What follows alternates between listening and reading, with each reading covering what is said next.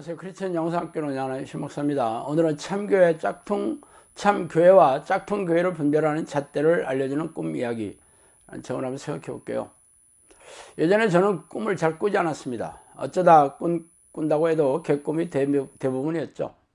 사역이 열린 이후로 하나님이 주셨다고 여겨지는 영적인 꿈은 그렇게 많지 않아요. 하나님이 주시는 꿈은 사역에 밀접한 관계가 있었고 해석도 필요 없었습니다. 꿈을 꾸는 동안 이미 알고 있었으니까 말이죠.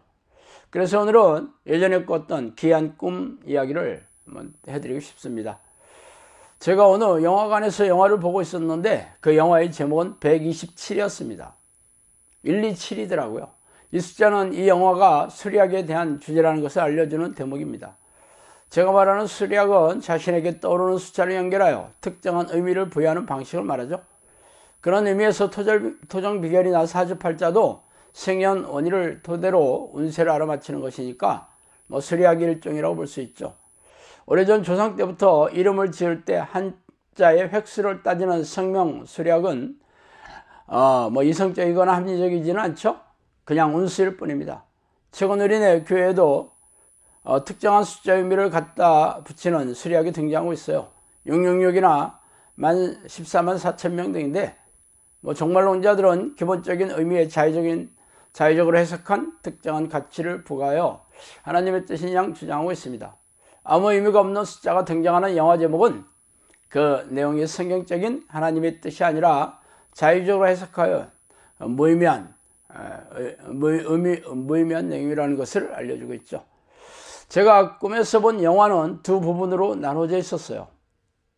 한 부분은 집에 건축 공사를 진행하는 부분이었습니다. 공사를 맡은 사람들은 건축 설계 도면을 따라 공사장의 인도를 독려하여 집을 짓고 있는 장면이었어요. 그런데 희한한 것은 건축 설계 도면을 보는 사람들이 현장 소장이나 공사 전문가가 아니라 평범한 카톨릭 수녀인 것이 놀라웠어요. 당연히 그 수녀는 도면을 읽을 줄 몰랐죠. 그래서 자신의 입맛대로 건축을 지시하는 것이었습니다. 설계 도면을 읽을 줄 모르는 사람이 지시하는 집이 얼마나 제대로 지어질 수 있겠어요. 참 희한한 장면이었습니다. 두 번째 장면은 공사를 하는 인부에 초점이 맞춰준 장면이었습니다. 공사를 진행한 인부의 장비나 연장이 너무 열악한 것이 눈에 띄었어요. 지금은 공사장에서 콘크리트 펌프카 등을 이용하여 콘크리트를 양성하지만 그 공사장에는 일일이 사람들이 리어카로 실어 나르고 있었어요.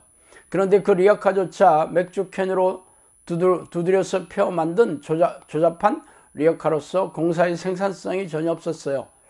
그래서 전문가가 아니라서 건축 도면대로 집을 짓지도 않고 인부들도 장비가 허술해서 허접하게 집을 짓고 있었던 것이에요. 이 두 장면이 제가 꿈에서 본 영화였습니다.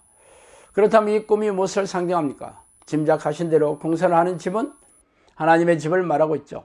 건축 설계도면은 성경입니다. 집을 짓는 것은 영혼을 구원하고 하나님의 나라를 확장하는 것을 의미하겠죠. 수녀는 종교 지도자를 뜻하고 인부는 모든 크리스천을 말하고 있습니다. 그런데 종교 지도자들이 성경을 읽을 줄 모른다는 게 의아하지 않아요? 그들이 읽을 줄 모른다면 처음부터 뛰어들지도 않았을 것입니다. 그런데 그들은 건축 도면을 보면서 나름대로 공사를 지휘하고 있었어요.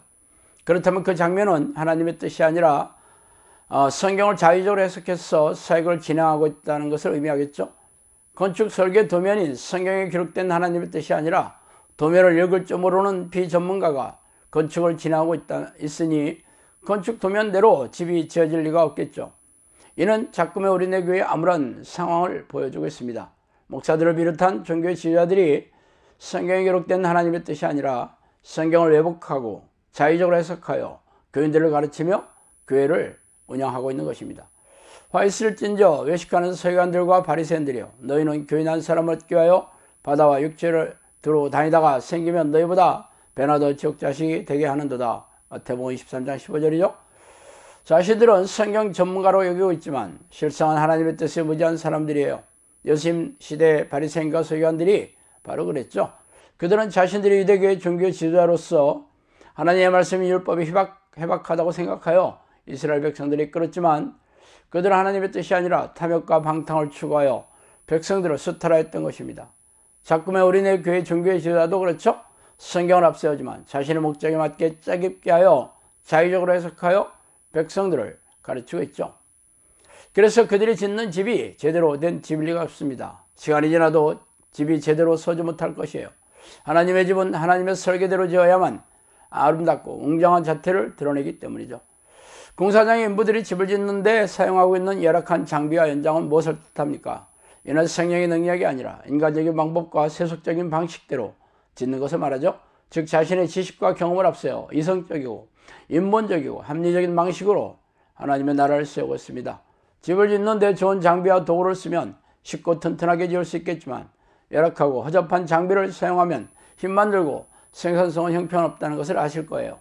이처럼 자꾸만 우리네 교인들은 성령의 능력으로 하나님의 일을 하는 게 아니라 세상의 지혜와 인간적인 노력으로 사역을 하고 하니까 열매가 별로 맺히지 않는 이유입니다.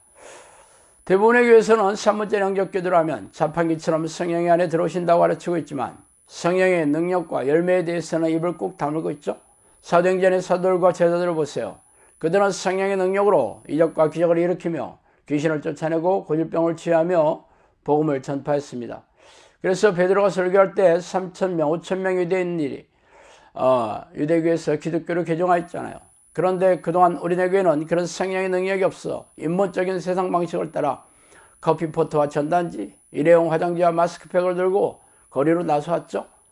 이처럼 그들이 하는 전도 방식은 신용카드를 팔고 보험을 파는 설계사 행태와 별 다르지 않아요. 성령의 능력이 없는 교인들이 하나님의 나라를 세우는 것은 고단하고 팍팍한 일입니다. 아무리 일을 해도 피곤하기만 할 뿐 열매가 없죠. 제 꿈은 단 2장면에 불과하지만 그 꿈이 시사하는 바를 아는 것은 어렵지 않아요. 하나님의 뜻에 무지한 종교의 지휘자들이 하나님의 집을 짓는 공사를 지휘하고 성령의 능력이 없는 교인들이 그들의 지휘대로 일을 하는 암울하고 답답한 우리네 교회의 현 주소를 잘 말해주고 있습니다. 자, 오늘은 여기까지 하겠습니다. 감사합니다.